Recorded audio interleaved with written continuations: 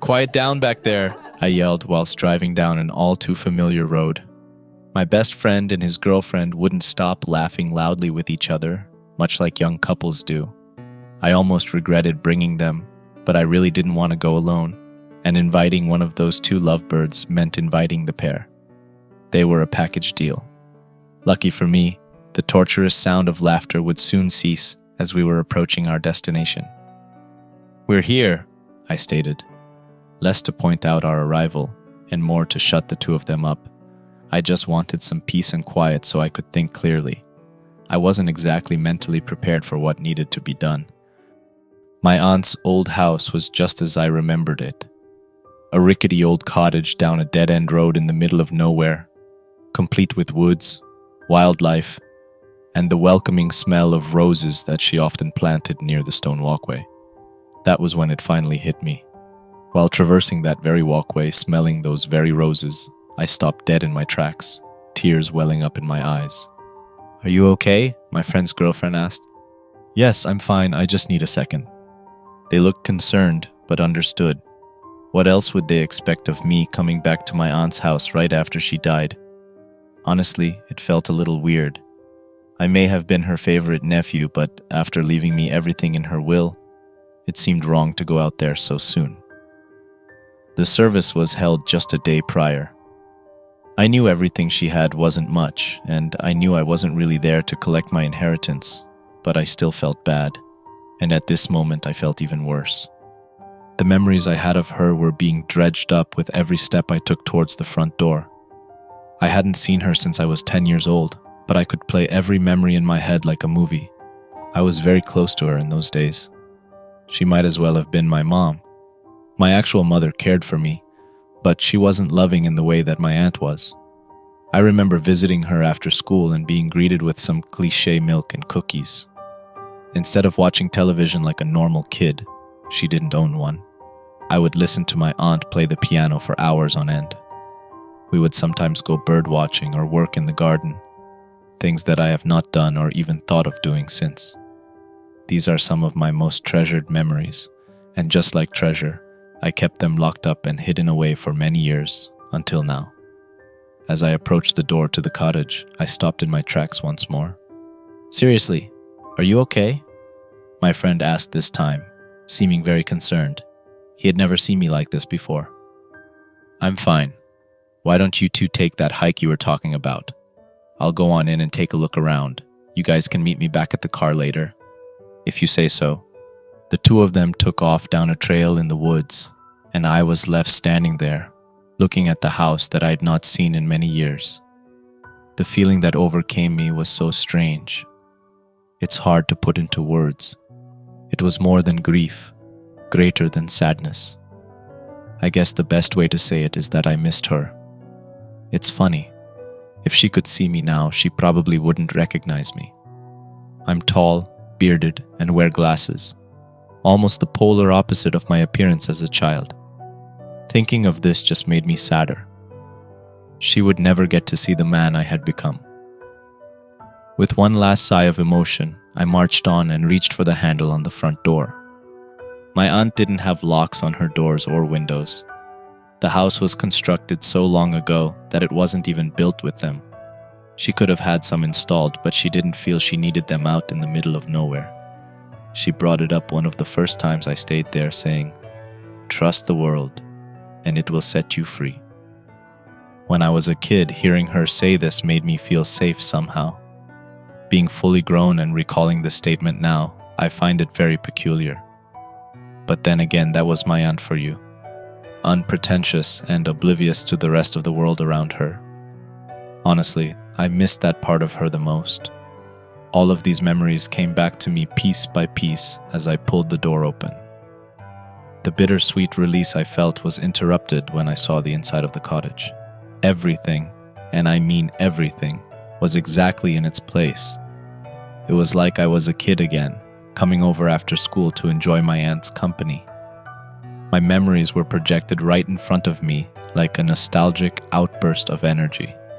I could see my aunt sitting at the piano, playing as she often would. I could see me sitting there, eating some homemade cookies, listening intently to the music. I could see her again, cooking dinner in the kitchen as I sat on the couch reading one of her old books. I walked past these living recollections and went upstairs to see more. I stopped quickly when I reached the top of the staircase. I realized that it only led to the attic. I had no interest in it, remembering that my aunt used it for storage, so I traveled back downstairs. I didn't know what I was looking for exactly. Maybe just a little peace of mind to put my heart at ease. Maybe just something that would let me know without a doubt that my aunt passed away peacefully. In truth, I felt an immense amount of guilt being in that house again, almost too much to bear. When I was just shy of 11 years old, my parents moved out of state. This is when I stopped seeing my aunt. We kind of lost touch, especially seeing as she didn't have any real means of communication out there. No phone, no computer. She didn't even have a mailbox, and the nearest post office was over 20 miles away. Being older now, I could have easily paid her a visit, and I'm sure she would have loved to have seen me. I guess I just thought she would always be there.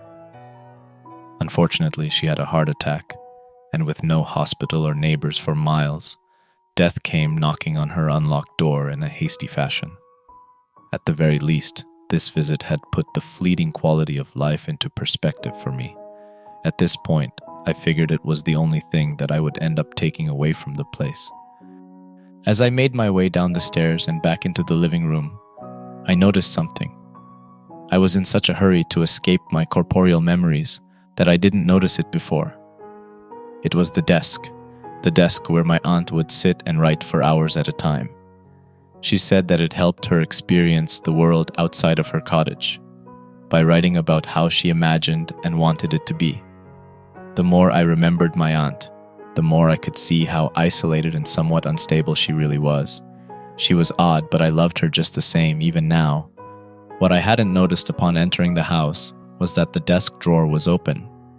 I looked inside and found a single sheet of paper with my aunt's handwriting on it. This is what it said. To my dearest nephew, if you are reading this, then the cold tides of death have swept me away once and for all. I know that we've not seen each other since you were a child, but I hope you still think fondly back on our time together. I was happy to look after you, and I know that you were happy to spend time with me. I don't want you to be sad or feel off-put about my death in any way. This is how it is, and in turn, how it was meant to be. I will always hold you dear in my heart, and I hope you'll do the same for me. I want you to live freely despite this, and enjoy each and every moment of your life, just as I did mine. I will see you again someday, and I look forward to it. Trust the world, and it will set you free. I shed a single tear reading this passage, knowing that my aunt wanted me to find peace in this old house. The very closure I was looking for was in her desk the whole time. The elation I felt almost distracted me from the postscript at the bottom of the page. P.S. Don't go in the basement. How peculiar. What was down there? Was my aunt hiding something? If so, what was it? Curious as ever, I walked over to the basement door with the letter in hand, knowing that the answers were down there. I took one last look at the warning. Don't go in the basement. It was most likely the ramblings of an unstable woman on the verge of death. But what could be the real meaning behind it?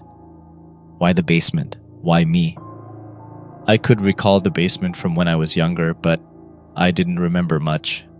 I had only been down there once. My aunt was outside gardening while I was inside reading one of her books. I grew tired of reading and set the book down on her desk. Soon after, I began wandering around the house out of boredom. I walked around the entire cottage rather quickly. Eventually, I came upon the basement, somewhere I had never played before. Knowing my aunt wouldn't be in for a while, I decided to venture on. I turned the knob and swung the door open. I could only see the top of the stairs descending down into darkness. Despite the bit of fear rattling in my chest, I pressed on. Once down there, my field of vision was filled with pitch blackness. This caused me to scramble about looking for a light switch. After a few moments, I bumped into a string, dangling from the ceiling in the middle of the room. Upon pulling it, the room lit up, however dimly. What I saw disappointed me. It was a typical basement but smaller, with concrete walls, a concrete floor, and some pieces of wood sitting off in the corner, probably some old floorboards left over from the house's construction. When you're a kid, there's a bit of mystery and adventure injected into everything you do. This adventure ended on a flat note, leading me to an unused space, lost to the depths of the house. The next thing I remember was my aunt's voice as she came down the stairs yelling, "You can't be down here!" She sounded more worried than angry, probably scared I would somehow hurt myself down there.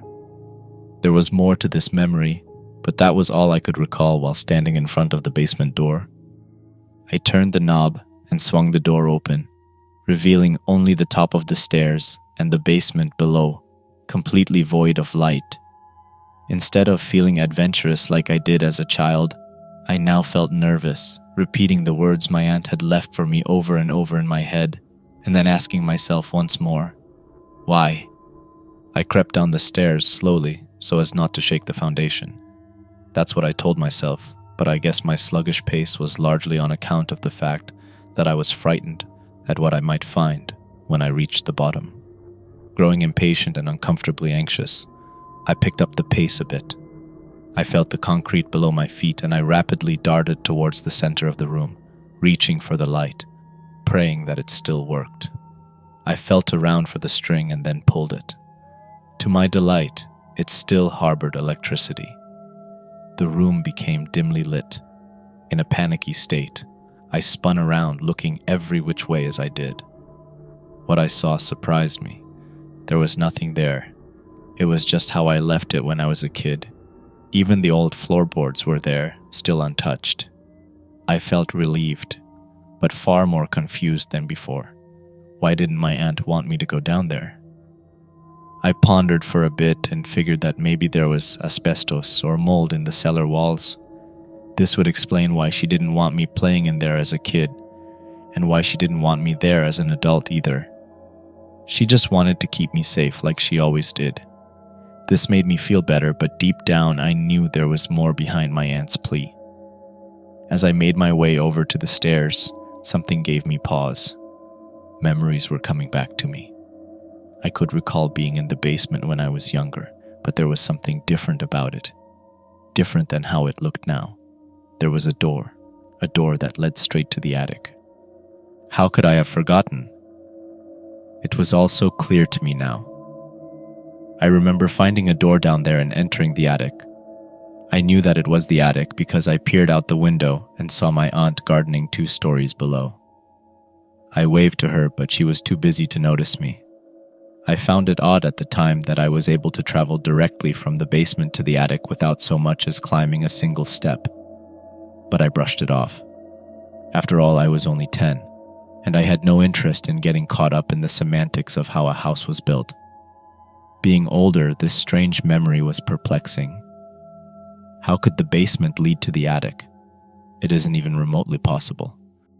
I tried to call on some more memories, but the details of that day were still fuzzy. I tried convincing myself that it was a dream I was recalling. How could it have been anything else? It was nonsense, right? There's no way it really happened. Somewhat comfortable with this hypothesis, I continued to the stairs, but not before giving the basement another once-over. What I saw eliminated all doubt from my mind. There, in the middle of the far left wall of the basement, was the door from my memory. I squinted and rubbed my eyes, keeping them closed for a good few seconds before opening them again.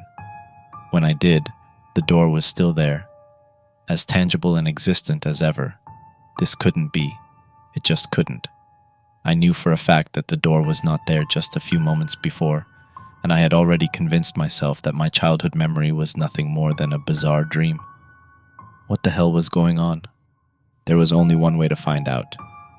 After regaining some composure and mustering up a small amount of courage, I walked, however slowly, towards the inexplicable door. My unhurried movements mirrored my hesitant exterior, allowing me to stall for a moment while I gathered some nerve to actually open the damn thing. Despite my slothful motion, I covered the gap in a few seconds, a testament to the basement's small size. The moment of truth was upon me. I took a deep breath, turned the knob, and pushed the door open. This was it. I would finally get to the bottom of my aunt's plea and my own odd memories. The door creaked and revealed the room behind it. Lo and behold, it was none other than the attic, just as I remembered it, window and all.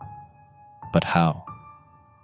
The sunlight came through the window and danced across the room brilliantly, leaving me awestruck. I walked forward to look outside, to make sure that this was indeed the attic, and that I hadn't gone completely crazy. After peering out the window, that verdict was still up in the air. 2 stories below was my aunt's yard. The grass was green as ever, and the sky was clear as day. Everything was so vibrant. I looked over at my aunt's garden, and to my surprise, there was a person there. It was a woman, and she was gardening. Who was that? And why was she in my aunt's garden? She turned around, revealing her face, and to my surprise, it was my aunt. What? How? My aunt was dead. I watched as she was lowered into the earth. Just then, I heard the sound of footsteps from behind me. Startled, I turned around to face the noise. "Who are you?" a soft voice asked. It was my 10-year-old self, standing just 20 feet away from me. I was in such a delirious state by this point that I decided to just go with it and converse with myself. "I'm a friend," is all I could think to say. "You're a friend of my aunt's?" he asked innocently. I had forgotten just how curious I was as a child. "Yes, a very dear friend." My younger self walked over to look out the window where I was standing. I stepped aside and let him do so. He saw our aunt outside gardening below and waved at her. She didn't notice. "Do you have an aunt?" he asked. "Yes, but she passed away," I said. "I'm sorry to hear that." Just then, an epiphany struck. Maybe this was the reason I was here. Maybe this was the closure I needed all along. "Listen to me. I know it's hard for you to understand right now, but someday your aunt will pass away too. I want you to spend as much time as possible with her and visit whenever you can. You mean the world to her, and you will regret it if you don't make an effort to be with her now while you still can." "Okay," is all he said. That's all he needed to say. After walking around and looking at some of the old stuff in the attic, including some old books that caught his eye, my younger self left the attic to venture back to the basement and shut the door behind him. I looked out the window and noticed that my aunt had finished gardening and was now walking back to the house. This was when my next epiphany struck. I was beginning to remember more of the events from that day. It was all coming back to me. I remembered me as I look now, standing in the attic, the friendly bearded man with glasses. I remembered the conversation we had, and even discussing it with my aunt afterward. My astonishment was interrupted by more footsteps in the next room. This time they were my aunt's. I ran over to the door and listened. "You can't be down here," she yelled in a worried tone. I wanted to open the door and confront her, just to see her one last time and to tell her that I'm sorry for never visiting. I reached for the knob, but I thought it best not to go out there. She would probably have thought that I was an intruder, lurking around her house. As I said before, she wouldn't recognize me all grown up. My apology would have to go unspoken. I could hear her scolding the younger version of me, and then bringing me back upstairs. Instead of listening to find out what happened next, I just remembered. I could recall telling my aunt about the attic door in the basement and the friendly bearded man. She told me that I had quite the imagination and told me to wash up for dinner. Looking back now, I remember a troubled glint in her eye, especially after divulging what the bearded man told me. She seemed to know more about my experience than she let on. I stood there for a while, taking everything in. Eventually, I decided it was time for me to leave. I grabbed the knob and jiggled it. It wouldn't budge. I turned it a little bit harder, but to no avail. A wave of terror consumed me. This didn't make any sense. The doors in my aunt's house had no locks. Then again, Nothing made sense up until this point either. I backed up a little and ran into the door. It remained still. I did this a few more times, and even tried breaking the window. Nothing happened. Feeling weary, I sat down and took a breather. This is when I heard a distant echo of footsteps and voices coming from within the house. It was my friend and his girlfriend. I had almost forgotten about them. I was saved. In a relieved stupor, I called out to them. It became quickly apparent that they could not hear me from wherever I was. I heard them walking around, calling out my name. I increased my volume and started banging on the door. "I'm in here, guys!" I yelled, not knowing whether I was below or above them. They still couldn't hear me. I began to panic. I started screaming at the top of my lungs and banging as hard as I could on the attic door. I received no response. With a dead voice and pained hands, I gave up. I put my back against the wall and slid down to a sitting position, a few tears streaming down my face. I just sat there and listened as my friend and his girlfriend conversed from within the house. Where could he be? He said he would meet us at the car, right? If he's not in the house, then where the hell is he? My friend asked his girlfriend. "Did you try the basement?" she asked. "Yes, there's nothing but some old floorboards down there." "What about the attic?" she asked. "I tried there too, it's just filled with a bunch of old, dusty antiques. We'll have to call the police and have them look for him too.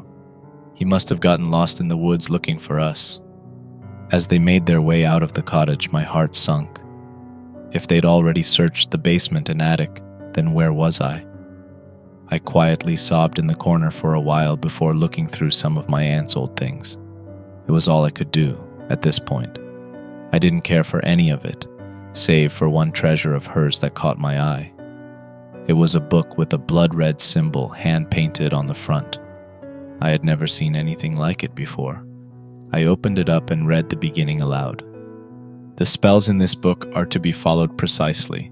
If even one step is not executed properly, you might endanger yourself and those around you. Use these spells at your own risk." The odd nature of the preface littered my nerves with a sense of worry. Was my aunt a witch? Before turning the page, I noticed an old lace bookmark, saving one of the pages. I opened up to it and looked at the chapter heading, Chapter 8, Horticulture. I glanced over at the next page and saw a spell meant to bring your garden to life. The ritual involved lighting some candles and making a circle of some special sand I've never heard. From within the circle, you are to recite the spell, verbatim.